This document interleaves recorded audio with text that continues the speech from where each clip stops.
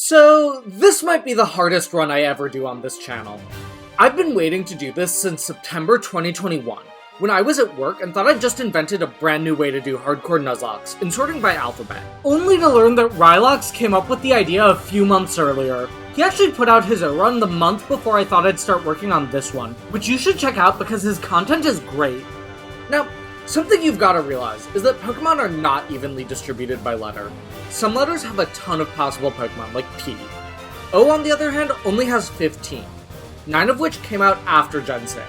So suffice it to say that as far as teams go, we're going to be traveling light. Now let's talk about the rules. For this run, I can only catch the first Pokemon whose name begins with O on each route. There are no duplicate encounters, and if a Pokemon faints, they're dead. There are no items in battle outside of held items, there's no Mega Evolution, and finally, there are level caps equal to each gym leader or champion's ace. So with that, let's get into it. After letting my new friends name me Daddy-O, I get my starter. Only one problem. There aren't any starters in X or Y whose names start with O. So what I do is I put in the Pokemon I planned my whole run around, only to realize that they're not accessible before the postgame. This was the whole reason I chose Y, and if you couldn't tell, I'm heated about it. Yeah, I made Ammonite my starter, replacing Forgo. I'm gonna box them as soon as I get my first real encounter, but I may keep Ammonite with me if I just get totally stuck on future attempts, which, after realizing what I need to do for Grant, is very possible. I name Ammonite Spaghetti, and this crippling weakness to grass types is gonna become a bit of a theme for this run. Now, you'd think having a rock-water type this early on would make the start of a run a breeze. But as I quickly learned, nothing about this challenge will be easy. And there's one reason in particular for this. Ammonite has a terrible early moveset. Starting with just Constrict and Withdraw makes beating Shauna's Fennekin a daunting task. Even without a burn, Shauna needs to essentially throw for this fight to be possible. This takes 4 attempts, and Spaghetti only makes it through on 1 HP. Constrict is so bad that I can't even make it past the first trainer of the game before leveling up on Route 2. At level 7, Spaghetti finally learns Bite, which makes the rest of the early routes doable. But now comes the next problem, Viola. I thought that Ammonite was going to learn Rock Throw or Rollout or something that would make this fight a breeze, but no, I've just got Bite and Water Gun. If I'm lucky, these will 4-hit the Surskit and Vivillon each. Meanwhile, Bubble and Infestation each do a quarter without even factoring in Infestation's passive damage. So I need to get obscenely lucky here. Now, there is a solution to this, and it's super training. Basically, as soon as you get your starter, you can max out your Pokemon's EVs without worrying about experience. It's super useful in just this kind of situation. I trained Spaghetti up in Special Attack and Special Defense, which doesn't massively change my odds on paper other than turning Spaghetti into a 5-hit KO with special moves, but my goal is to try and make physical attacks roughly as appealing as special attacks to the AI. This is so that I can try to prevent Infestation and maybe do enough damage to win. Now, let me be clear, this is not a guaranteed win. Take too much damage from Surskit or get an early Infestation from Vivillon, and you might not have enough in the tank to win. This happens to me here, and while one last Water Gun takes Vivillon to a sliver, Spaghetti ends up falling from Infestation's passive damage anyways. It takes me a while to get back here. In fact, it takes me until attempt 6 to make it past Shauna again. Unfortunately, this attempt also ends in failure because of bad experience management and an early Infestation. It takes me 3 more attempts to get back to Viola. This time, Spaghetti has a deeply mixed nature for my purposes. It's a plus special attack minus special defense rash nature. He also has Shell Armor, which actually helps a ton. But because of his nature, Surskit prioritizes Bubble to maintain a roughly even pace with my Bite. After a few turns, Viola heals. While I'm stressed here, this changes the tide of the battle. Spaghetti uses his prehistoric jaw to start racking up some big damage on the Surskit, as she switches to quick attacks, as well as a water sport for some reason, before going down. Now, thanks to more careful EXP management, Spaghetti levels up, giving him almost 2/3 of an HP bar to work with. But now, it's time for the big threat as Vivillon comes in. And immediately, she hits an Infestation that does about 1/5 of Spaghetti's HP! But before I fully curse the rash nature here, Water Gun looks like it's doing 1/3. Even though Spaghetti falls to 12 HP, we might have a shot if we're lucky. Vivillon hits a tackle as I hit Water Gun again to take her to 1/3. With just 6 HP left, I need this Water Gun to KO. Vivillon's infestation leaves Spaghetti at 2 HP. He uses Water Gun, and we just barely KO'd to finally beat Viola. I didn't realize until after the fight how lucky I was that Vivillon went for Tackle instead of Infestation on the second turn. In a run like this, you're really working with tiny fractions of the HP bar just to stay afloat. And now, the game opens up and we finally get a nice little break from the wild difficulty that started this run. And thanks to the massive cap jump between Viola and Grant, Spaghetti doesn't really have much to worry about anymore. After a deeply forgettable battle with Tierno, and a little too much time in Kalos' second saddest tourist spot, Route 6 opens up, allowing me to finally catch my real starter of the run. In the grass here, I can find and get an Oddish I name O. Henry, because I will need his Magi gifts. And now that I finally have my real starter, I can start making some progress. After a while of training and a long sequence of Nintendo pretending they care about class consciousness, I get to hop on a Rhyhorn to Glittering Cave, where I find and catch an Onix I named Stevo, because he's so sturdy. Now, let's go over these guys together. O. Henry has a mostly useless Chlorophyll ability, and a great minus attack plus special defense Calm Nature. He's got great IVs in defense, special defense, and speed. Mid ones in attack, which I don't need, and special attack, which I do, and a devastating 0 IVs in HP. That could be a problem. I train him up in defense and HP. Stevo, on the other hand, has a great ability in sturdy, but a kind of bad plus defense minus speed relaxed nature. His IVs are pretty middle of the pack, except for the one I don't need, special attack, which is pretty great, and HP, which is terrible. I train him up in attack and speed. I'm gonna go more into why I'm doing this in a bit, but especially right now, it's important to understand that Oddish is frail and a little weak, and Onix is physically bulky but very weak. So I need to get these guys to a place where they won't drop. And why is this especially important now? For my third problem of the run, Grant. Grant is not the problem I thought I would have before this run started, but he's a big problem. And it's not because of the ordinarily scary Tyrant. It's actually because of his Amara. My team right now has a horrible weakness to ice types, and thanks to Refrigerate, Amara has both a terrifying physical and special ice move. On top of that, Amara also has access to Thunder Wave, which could prevent me from using a single move outright. The only way I can see to win this fight right now is through status strategies, but Amara outspeeds O. Henry, so I need him to be able to take a hit and just hope it doesn't crit. That's the biggest reason why I went with this EV investment. It's also a big reason why I'm glad Stevo has Sturdy. I don't think I could do this fight without him. My plan is to switch into him after Amara gets put to sleep, but there's a 25% chance this doesn't happen, and it'll be tough to figure out what to do there then. So, let's see this fight in action. I lead with O. Henry. Amara uses Thunder Wave. At least that means he can take another hit, but now I'm worried he could freeze off. But he doesn't, and Sleep Powder connects. Perfect. I bring in Stevo as Amara stays asleep. I got rid of Gyro Ball for Rock Smash, but realized Bulldoze does more damage anyways, so this was a bit of a mistake on my end. I Bulldoze, doing over half, and then Amara wakes up, but just uses Rock Tomb. Huh. Another Bulldoze gets the job done, and now Tyrant's in. Bulldoze does over half again, but Tyrant just uses Rock Tomb too. Are they just trying to maintain a speed advantage? Well, thanks to some weird AI choices that I need to learn more about apparently, a problem I was terrified of became easily solvable, and we're off to Shalour City. And along the way, there are a few struggles. First, the battle with Karina. I kind of forgot this even happened, so I was thankful that Stevo was my lead. And Power Up Punch does nearly half, plus the attack boost, and because Lucario outspeeds, I was just praying that Bulldoze made Lucario slower than me, and it did. This means that after taking punches to a quarter health, Stevo just beats 2 Lucarios for the win. Next up, Reflecting Cave was a doozy. We got through okay, but Psychic types are just not a great matchup for my team right now. Finally, there's my first ever battle with Serena. I've been dreading this one for a while, and it's easy to understand why now. This is essentially her in her tamest form, and my team just does not match up yet. She leads Meowstic as I lead Stevo, and after Fake Out breaks Sturdy, I attack as Meowstic sets up Light Screen. Now, a Soft Sand boosted Dig doesn't even do half, so I'm hoping I can just high roll with the next one, but this is rough. I hit Dig, but Meowstic outspeeds. She uses Disarming Voice, which doesn't do much, but I wish I'd realized that and gone for Bulldoze instead, because now, as she survives on a Sliver, she uses Psybeam. taking Stevo to 15 HP.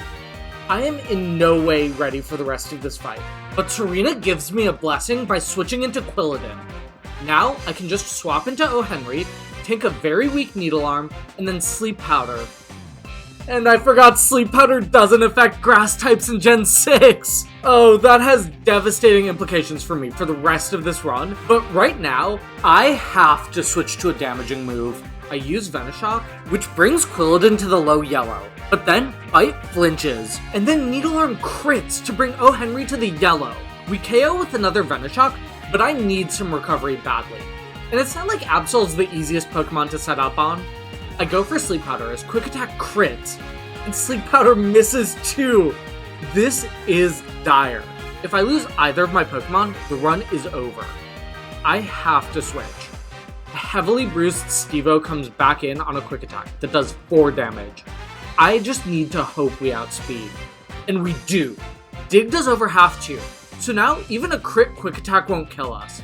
I have genuinely no idea how we did it, but with one final dig, we beat our first of several terrifying Serena run-ins. This grass problem is going to be awful coming up though. Making it through the gym under the level cap is hard with just an Onix and an Oddish, who apparently has enough affection to get boosted experience even though I haven't used Pokemon on me at all. But we get it done, and now it's time to face Karina. I thought she was going to be a big problem, but I'm realizing O. Henry is a little bit bulkier than I thought, making this fight nearly tight. I make a couple changes, and then I'm ready. Mienfoo hits a Fake Out, followed by a Double Slap, taking off a third, but thankfully, Sleep Powder connects. I hit a Mega Drain for some recovery, and then Mienfoo wakes up. But at least Venoshock brings Mienfoo to a sliver, making Karina heal up as I can restore sleep. But the cycle repeats as Mienfoo just keeps wanting to wake up early. This time, I just go for a Venoshock as Karina uses her last Hyper Potion, and I take Mienfoo out next turn. Machoke is in now, so after a Leer, I put him to sleep too, and try and get some recovery in. He thankfully stays asleep, so with a couple more Venoshocks, it's just Hawlucha left. O. Henry levels up, and I decide to teach Moonlight instead of Mega Drain. This is the toughest part of the battle, and I need the recovery. Hawlucha's Flying Press does massive damage, but Sleep Powder connects. After a Moonlight, however, Hawlucha immediately wakes up to hit another Flying Press for huge damage, as I land Venoshock for a third. I've got to switch now, so I go into Stevo.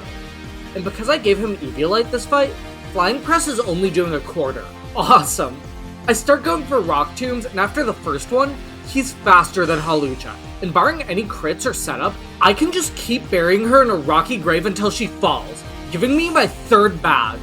So far, many of these fights have been a little easier than I thought they'd be since getting my real Pokemon. But that's about to change, because we've got the hardest gym leader of the run coming up in Ramos. But before that, I get some help. After getting dangerously close to passing the level cap, I get to Coumarine City, where this fisherman gives me a good rod. Now, by backtracking a little bit, I can go back to Route 12 and fish up a Remoraid I named Karen O, singer of the greatest song of all time. She's got an amazing plus special attack, minus attack, modest nature, and the better ability in Sniper. But that's unfortunately countered by a horrible IV distribution of single digits in HP, defense, and special attack. I will need to counteract that as much as possible, but it might make my life a little harder than it needs to be in the meantime. But at least by catching Remoraid at level 25, I can just give her a rare candy, and she evolves into an Octillery. I train her up in special attack, HP, and speed. And that's it! That's all the Pokemon we've got for the run. See what I was saying about traveling light? But it's even worse than that. Something you might have noticed is that Oddish and Onix don't have any evolutions that start with O. That's right, they're capped at their base forms. That means I have a first form Pokemon who by the end of this game is probably going to barely be able to hit anybody. And an Onix, a Pokemon who's notoriously awful on attack. That means that the only Pokemon I can count on to hit for big damage is an Octillery, a notoriously slow Pokemon. Now, Octillery does have some advantages. First, it's got one of the best, most diverse move pools of any Pokemon I've ever seen, giving me coverage against Psychic, Ice, and Fighting, for example, 3 types I've struggled with so far. It also has surprisingly solid bulk. Theoretically, it could be a good mixed attacker too. So those are the few advantages we have for the late game, if we get to the late game. You see, maybe the hardest gym I could ever fight is next. Following an already tough but boring Serena battle, Watson in my Omega Ruby Psychic run and Lenore and Clay in my Black Electric run were tough, but there was a way to win. I'm not sure I see the win condition against Ramos. Ordinarily, he's one of the most forgettable leaders in the series, but I have a crippling grass weakness, with the only Pokemon strong against or even not weak to grass in my party being a wimpy little Oddish. I developed something resembling a strategy, but I don't have high hopes. I lead Carano. Jumpluff hits Acrobatics, doing only about a third. That changes things big time. Aurora Beam KOs, and with much more health than I thought I was going to have at this point in the game, Ramos brings in Weepin' Bell. I decide to keep Carano in now, instead of my original strategy of switching to O. Henry. And Psybeam just KOs outright. And last up is Go-Go, who uses Takedown, but it misses. Signal Beam, which Carano just learned, does half. So that's game. Takedown connects this time, but that only helps me as I've got a guaranteed KO on Go-Go. And with one more Signal Beam, Ramos is down.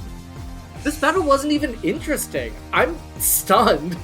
I decided at the last second to invest more into Carano's HP instead of just speed, and that turned out to be the right call apparently, because she didn't even end up in the red. Though Ramos made some horrible decisions by not going for any super effective moves here, when Grass Knot would have done around 2/3 to Carano. And I'm kind of embarrassed too. I thought this would be this long saga, and it was what I was gearing up for like the last year. But that means that the scariest gym leader is done. There's still some challenges coming up, however. Not Clement though. I didn't even optimize my play, and this fight was still not bad. I led with Stevo and set up Stealth Rock against Emolga at the mere cost of a couple points of damage, breaking his sturdy thanks to Eviolite. That means that after a Rock Slide fails to KO because Onix is trash, I can waste Clement's Hyper Potions before KOing with my 4th Rock Slide. Heliolisk is in now, and Grass Knot will KO Stevo, so I swap to O. Henry, who walls him hard. This means that he's forced to use weak Thunderbolts for damage. This actually gets kinda close, because I miss Poison Powder and get paralyzed by Heliolisk's 2nd Thunderbolt. I should have just Sleep Powdered and gone for Giga Drain, but I felt pretty safe here. The only problem is that I wanted to put Magneton to sleep, and now I can't with O. Henry in the red after KOing Heliolisk. So anticipating a Mirror Shot, I swapped to Carano to take it, and then back to Stevo for what I thought would be Thunderbolt, but turns out is Electric Terrain. This works out great for me regardless, because now I can just dig, and then KO the now sturdyless Magneton for the win. This woman is a fan of big things, so Stevo lets me get one of her toys. Interesting. Well, with my girthy Onix, I'm not here to play because the next gym is looking tough. I don't have a guaranteed answer to Valerie, so I've got to find something that works close enough. I spent some time game planning and come up with a strategy that's certainly not risk-free, so we'll have to see how it goes. I lead O. Henry. Mawile uses Crunch, allowing me to hit Sleep Powder, and as you can see, we definitely could have missed a few times and still survived, but I'm glad we got this set up early. I swap into Stevo, and I've replaced Dig with Bulldoze here because I want to waste as few sleep turns as possible. Bulldoze gets Mawile under half as she stays asleep, meaning that one more KOs, and I can head into Valerie's biggest threat at full health. Mr. Mime is what makes this fight so tough. She can deal big damage, and I don't have any psychic resistances. In fact, the only super effective move I have against her even is Iron Tail, which Stevo learned at level 40. Mr. Mime survives on a Sliver and sets up Reflect. This isn't the worst because Valerie's gonna heal next turn, but I go for a Rock Slide to allow 2 Iron Tails to hopefully KO. The first gets a defense drop actually, which is good because I didn't think that was a guaranteed kill otherwise. But Mr. Mime uses Psychic, which crits.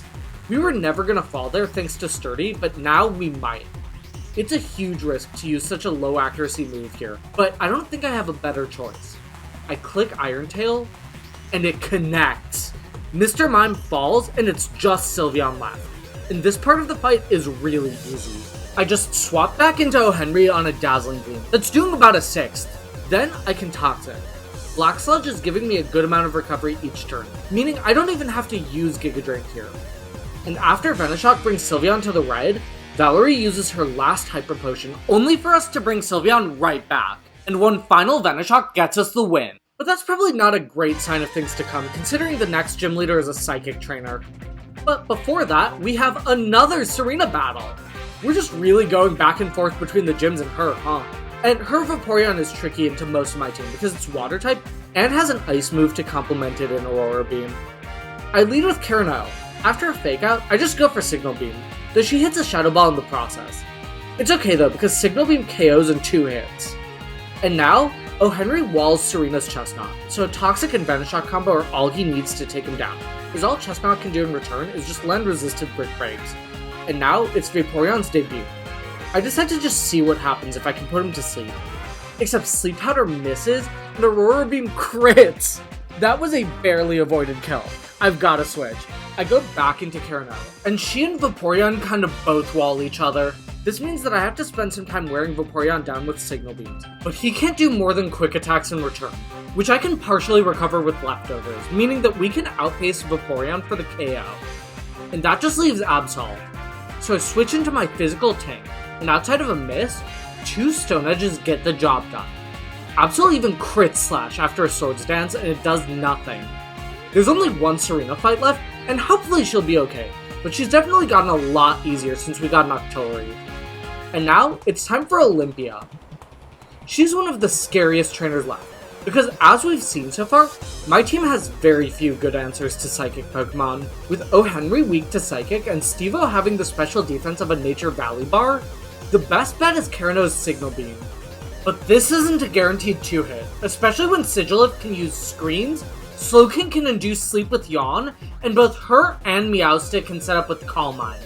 Even though the fact that we've gotten this far in a Nuzlocke is incredible to me, it's surreal that gym leaders that I barely give a second thought to normally are tripping me up this much. Olympia, Valerie, and Ramos are all super forgettable most of the time, but here they've been nightmares to plan for. I spend a day strategizing, and nothing's exactly perfect, but I have a semblance of a plan. I turn on EXP share for this fight so that by the time Slowking comes in, my Pokemon will be at level 49. But this doesn't quite work. I slightly underestimated just how much experience my team needed at this stage, but let's just see the battle. I lead with Steve-O, who gets hit to the red with a Psychic. I didn't have the Eviolite on him, but I was also expecting a Reflect this turn, so this shocked me. I need Stone Edge to connect now, and it does, wiping Sigilyph out thanks to Hardstone.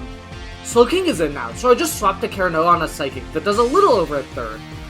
Leftovers recovers some of that, and then I just use Protect to get some more health back as she uses Yawn. This is really my strategy. I'm just protecting for recovery so that I can try and avoid getting wiped by Olympia's heavy hitters. I risk Slowking setting up here, but in this case I wasn't punished. Next turn, Signal Beam does what looks to be half, but Slowking just uses Yawn. If Carano gets put to sleep, this fight is basically over.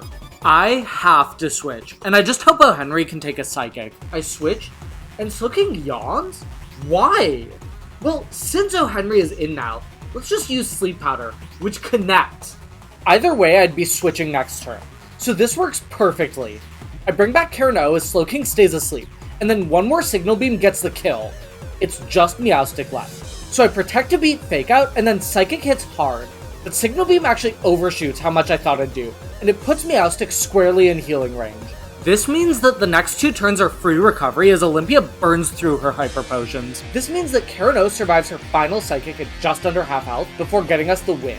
If Sigilyph had used Light Screen or we'd seen any setup, this fight could have gotten so much worse. But Leftovers Octillery really came through for me.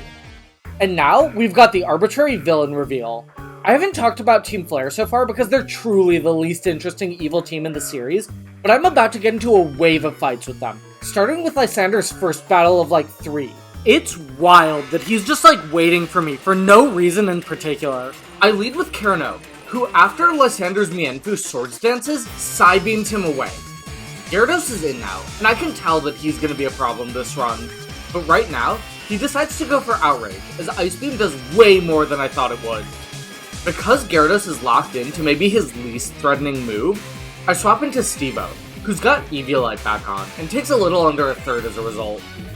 That means that I can now outspeed and Stone Edge Gyarados and Murkrow with ease, but last is Pyroar. And here, he outspeeds to do huge damage with the Fire Blast. Stone Edge doesn't quite kill either, as Pyro survives on a sliver. That means that I need to switch back to Carno. She comes in on another Fire Blast, getting taken below half, but not burned thankfully. And after I protect to get some recovery back, Pyro nails me with the crit Hyper Voice. But Carno survives in the red and hits back with a Psybeam to KO. I definitely wouldn't have survived that without Rivalry, so I'm stunned. The next couple Lysander fights are gonna be problems. He makes the Wario noise and runs off. And the second Lysander battle is actually kinda tricky. Because Psybeam is no longer a guaranteed KO on his new Mienshao, I can't start the fight the same way I did last time. I decide to lead instead with O. Henry. He's there to do basically one thing, put Mienshao to sleep. After an acrobatics that he takes so much better than he should, he does just that. Now, I swap into Carno, and after Mienshao stays asleep, Psybeam actually kills. I'm kinda mad about this. I replaced Hydro Pump with Protect to ensure I could get enough recovery to survive, so that was just a wash. But after Gyarados comes in, it's the same strategy as last time. Ice Beam to let him lock himself into Outrage, swap into Steve-O, who takes him and now Honchkrow out with Stone Edge, but leaves Pyro on a sliver with it. Fire Blast does a little too much to keep Steve-O in, especially because Pyro outspeeds, so I swap back to Carno on another, and then after a Hyper Voice, Psybeam KOs. En route to the final fight, Shauna just shows up, and after we bully her for a bit, seriously, the game designers even hated her. She pulls out what I guess is a magic plot device that unlocks the door to let me battle and catch Yveltal. But now, Lysander's back in the goofiest suit possible. Shauna doesn't realize it's him even, though I have no idea how. But it's time to fight. This is the toughest Lysander battle, and one of the big problems here is that because Gyarados is a Mega, he won't come in until the very end this fight. He also loses his flying typing, meaning that I have to get creative here with my sequencing. Except I totally forgot to make most of my changes before this fight, so this could get a lot tougher than I thought. I lead Steve-O. While I was running through this compound, I realized Mienshao only has high jump kick to hurt him with, and with the addition of Protect, I can just cause Mienshao to rack up crash damage fast. I go for Dig first, anticipating a setup, and then, next turn, Mienshao crashes, allowing me to KO with Sturdy still intact. I wasn't expecting things to go this well, until Stone Edge misses on Honchkrow and Steel Wing breaks Sturdy anyways. Oh well, we're basically at where I was expecting damage-wise now, so Stone Edge connects next turn to KO. This brings Pyro in now. He uses Fire Blast, but misses. But I celebrated this free turn too soon, because Stone Edge misses right after. Whoops. Well, after another Fire Blast brings Steve-O to a quarter, Stone Edge lands and kills. I wasn't expecting that, and it's kind of bad actually, because now I've got to switch over to Carno, as Gyarados uses the turn to Mega Evolve and land a hard Aqua Tail. And that was one of the better moves for me he could have used. That's scary. I protect for some recovery before Outrage sends me to the red, but Signal Beam crits. I didn't realize how much I needed that crit until that moment, because Carno cannot take another hit. This gives me a fighting chance. And the only option I have here is to swap into O. Henry and hope he can finish the job. Except, while I'm thinking this over, I realize there's something I can do to give myself a little better of a chance. I Protect, meaning that Outrage is over this turn, and Mega Gyarados is confused. Now, I just need to make sure O. Henry can survive what's coming, or at least allow Gyarados to take himself out. I switch in, Gyarados is confused, and he hits himself for the win! I cannot believe how tight that was. I'm not happy about the way we won, for the record. I had another strategy that would potentially allow me to outspeed and better outlast Gyarados by switching around Carno's moveset, but it just didn't happen because I forgot to do it, so that was my bad. But with that, I can go to Kuruway Town, where I watched Sycamore struggle with the fact that his friend tried to commit a genocide before fighting me. This battle is a little weird because his Venusaur can theoretically just eat through my team, but O. Henry walls him pretty hard, and after an obscene number of Venishocks, gets the KO. With that, I can just switch into Steve-O to get rid of Charizard with a Stone Edge, and then back to O. Henry on 2 weak Aqua Tails before Giga Drain crits to restore all the damage he'd taken that whole fight. One more Giga Drain KOs, and it's about to be time for the Rival Gauntlet. This is my first time ever hardcore nuzlocking the Gen 6 games. I know Flygon HG always says in his videos that the sequence is brutal, and he's right. Let's start with Shauna. Her Delcatty isn't a threat, but Goodra and Delphox both are.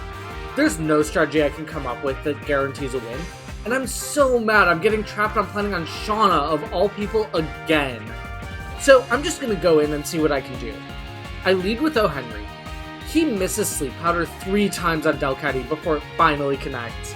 Thankfully, all the EV training I did at the start is paying off big time because Delcatty's attacks barely do anything. Now, I swap into Steve-O and 2 Stone Edges get rid of her.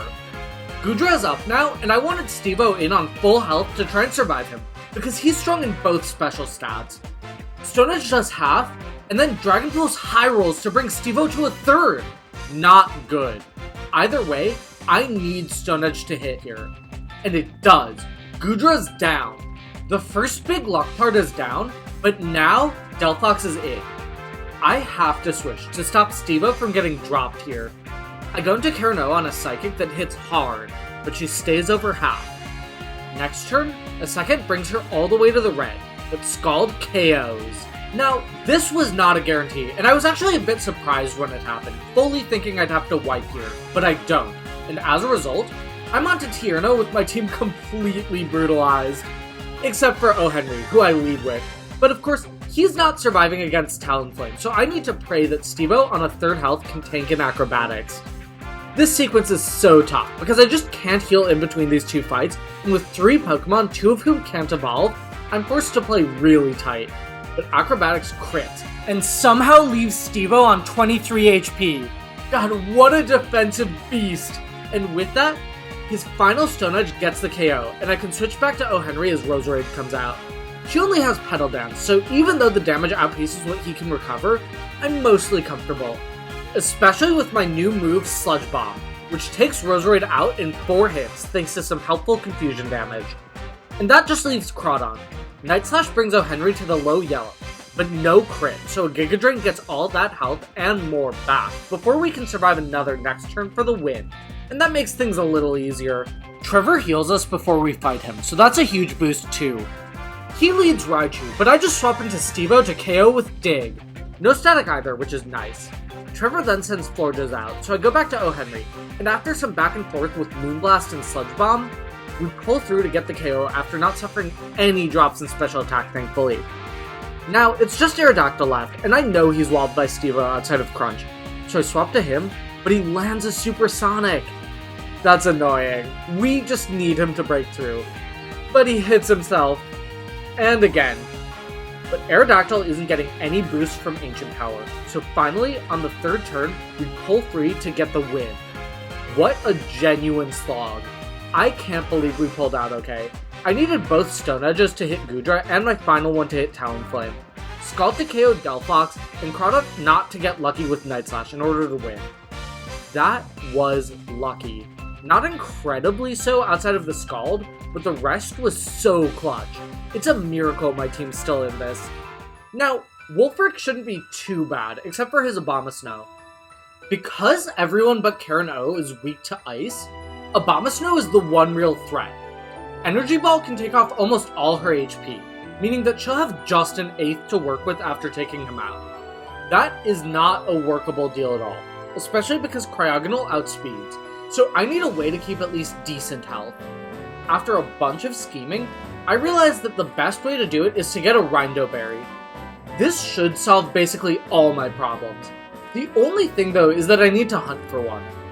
After teaching Karen-O Blizzard and spamming it on Pokemon on Route 5 for an hour, I finally get one by knocking down a berry tree in the background of a battle. This is such a cool mechanic, by the way. I wish I'd known about it when these games first came out because getting to change the area you're battling in is so awesome. But it turns out I didn't even need the Rindo Berry. While my calculations told me that Abomasnow would outspeed, we actually do, and just KO with Flamethrower without taking any damage. As you might imagine, the rest of this fight is substantially less interesting. Avila gets one hit with Flamethrower next. Cryogonal actually does outspeed and uses Confuse Ray, but Karen-O powers through, and Cryogonal's snowflake-shaped head rolls away with 2 more Flamethrowers for the win. Huh. I made a list of the gym leaders I thought would be easy, and the ones I thought would be hard for this run, and now that they're done, I was basically totally wrong. There are a few reasons for this. I think I underestimated Oddish as a whole, because O. Henry's been putting in some serious work. I think separately, the Gen 6 AI just isn't very good. Grant shouldn't have been close to as easy as he was. This is also true of Ramos, and I think that's just let me coast on the theoretically hardest trainers, while the ones who are tough but neutral, like Valerie and Olympia, have movesets that much better handle my weaknesses, making them surprisingly more difficult. It's made for a very odd run. I think my team also has increasingly good synergy, as they've gotten access to more move options, which I can switch around thanks to the way TMs work in Gen 6. And this has made battles way easier than they would be otherwise, despite still relying heavily on luck. I'm curious about if this pattern translates to the league, but we've got a battle with Serena first. After she decides that the best approach to politics is to compromise with genocidal terrorists, it's time for our final showdown. I lead Carano. Meowstic just goes for Psychic, so I get a Signal Beam in. And this actually confuses. So now, after Meowstic hurts herself, I can connect with another Signal Beam to KO. Chestnut is in now, so I swap into O. Henry to take a weak Seed Bomb. I go for Sludge Bomb as the Body Slam Chestnut uses does a third, and thankfully doesn't paralyze. And even though the next one brings O. Henry under half, no paralysis again means that a second Sludge Bomb gets the KO. But now, Vaporeon is in. I don't really have a great plan here because Vaporeon has both water and ice moves, so I decide to just swap back into Carano on a weak Aurora Beam. I taught her Energy Ball and Rest for this fight, but I'm realizing now that Rest might have been a mistake because there's no good place to set it up for the rest of the battle. Here, I risk accuracy drops, and on Altaria, I'm risking similarly bad special attack drops with Confide. Either way, I'm in now, and I need to go. Muddy Water doesn't get a drop, so Energy Ball does over half. Now, even with the second Muddy Water, I should be a little below half barring terrible luck, and my luck is average here, so with that, let's hope it's enough to deal with Altaria. She outspeeds, and Carano survives in the red and can KO. Well, now I don't need her on Absol, so I swap Stevo in. As Night Slash crits. Just great. But now I outspeed and use his newly learned Earthquake to do a little over half to Absol, as he just sets up Swords Dance. And since Quick Attack definitely won't kill here, another Earthquake means that we're done with rival battles for good. While I've had a couple runs fall apart due to how rough certain rival battles were, it's never been this consistent for the whole game. Everything about this run has just been bizarre. Let's see if that holds up when I hit the lead. After under an hour of training, we're ready to enter. I've got my team up on the screen, but you already know them at this point, so let's take my O trio to the woman who greeted us as we entered, Malva. She leads with Pyroar, who outspeeds to use Hyper Voice. That does so much damage! Well, this is partially because I swapped Stevo's Eviolite for an Expert Belt, and that allows me to do this.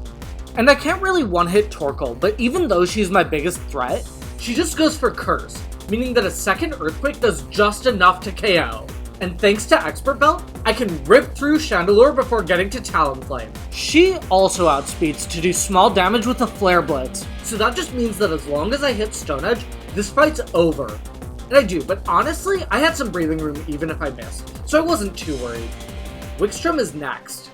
Now here, I lead O. Henry. Klefki uses Torment, which shouldn't be too bad if I can land Sleep Powder, which I can! Awesome! I swap into Stevo, and here, I get a little ahead of myself. I go for Earthquake, but it leaves Klefki on a sliver. He stays asleep, but knowing a full restore is coming, I can fix my mistake. I haven't used Stealth Rock in a while, even though it's been on my moveset the whole run. Here, I can use it. Then, I outspeed and Earthquake KOs Klefki this time. It looks like it was a range. Probopass is in now, and as the last Pokemon who has Sturdy in this run, his Sturdy is officially broken, letting me KO with Earthquake. Aegislash comes in, so I just decide to play around King's Shield. With the Protect, he wastes it, so I can just swap to Earthquake. The problem here is that he stays in Shield form, but while Iron Head does a lot of damage, I should be fine barring any bad King's Shield luck. I Protect and don't see it, so I've just gotta hope the next turn doesn't bring it out either. And it doesn't. Wickstrom saw the kill, so his greed means that Stevo KOs his ace with an Earthquake outspeed. But Caesar has priority Bullet Punch. That's no good for me. I've got to swap here. And who better to go into than Carano? Bullet Punch barely does anything, but then Caesar uses X-Scissor, which crits. But Carano survives in the red to nail Caesar with a Flamethrower for the win. My team's not looking too great, but we're moving on to Drasna. Now, depending on her order of Pokemon and her AI choices, Drasna might not be too bad. She leads Dragalge as I lead O. Henry to put her to sleep after taking a weak Sludge Bomb. Then, I swap into Carno, who gets the KO with 2 Expert Belt boosted Psychics. This brings in Altaria, who lands Sing. I wasn't expecting that, as Dragon Pulse does a 3rd. Thankfully, I wake up after just 1 full sleep turn, and an Ice Beam gets rid of her. I think I could have lasted another couple turns barring a crit, but it would have been really close. Now, Noivern is in, and here, a second Dragon Pulse brings Carno all the way to 50 HP, but Ice Beam pulls through to KO, leaving just Druddigon. I go for a rest, but she just uses Dragon Tail, taking Carno out and bringing Stevo in. Now, this is kinda nice, except for the fact that Druddigon has Revenge, and Earthquake isn't even doing half. I try and protect her on my Earthquake turns to waste some PP, but I realize pretty fast that I'm not getting anywhere this way. I've gotta switch. I go into O. Henry on a Revenge weak enough to not even take an Oddish below half, before putting Druddigon to sleep. I think if I use Venoshock here, I should get enough damage in to guarantee a KO with Sludge Bomb next turn, without prompting a full restore. But Venoshock crits! I try for a Sludge Bomb here, but it only does a 4th, as Drowsna full restores. No poison either, so I just try to put Druddigon back to sleep before using a Sludge Bomb to take her under half. Unfortunately, she wakes up this time now. She connects with Dragon Tail, dropping off O. Henry back into my party and sending out Stevo instead. I don't realize it yet, but this is perfect for me. As you see me fishing for just a little more stall, what I don't realize yet is that Sludge Bomb just did enough damage last turn to guarantee an Earthquake KO. Finally, after a delay, it clicks for me, and I push down my fear of her surviving on a sliver to use Earthquake. And down Druddigon goes! That was not a quick battle, Drowsna. But we've got just one more Elite Four fight left. But Seabold is easily the hardest trainer of the Elite Four for me. While Stevo is obviously weak to water, his Pokemon all outspeed the rest of mine and can each do massive damage. I don't have a guaranteed answer here, meaning I'm going to need some luck.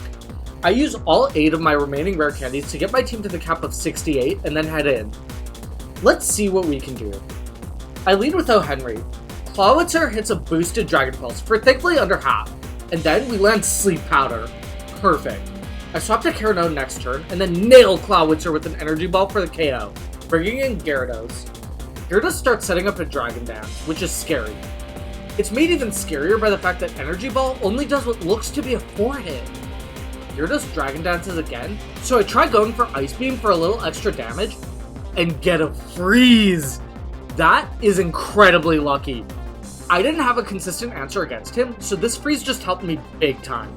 Gyarados stays frozen, and one more Energy Ball gets the KO. This brings in Barbaracle, who lands a Stone Edge for a little under half as Energy Ball KOs him too. All that's left is Starmie. And with a 5-level advantage, I'm not as worried, but I do decide to go for a rest. Activating Carno's held Lumberry as Starmie light screens. After taking a Psychic though, let's see how bad that makes Energy Ball's output. Well, it looks like it might be arranged for a 2-hit, but it gets a special defense drop! That guarantees it. And Psychic doesn't crit, so one more Energy Ball gets us the win. This freeze on Gyarados and the special defense drop on Starmie were incredibly lucky. I don't know that I'd have been able to win this fight without either of these happening. Now, it's time for the champion. Diantha gets clowned on a lot for being the most forgettable champion of the series, and it's really deserved, but her team is a huge threat for me. As a result, I have to come up with a plan. But like with Seabold, I have no idea if it'll work. Only one way to find out though. I lead with O. Henry, and Hawlucha sets up Swords Dance, but that's okay because I just put her to sleep.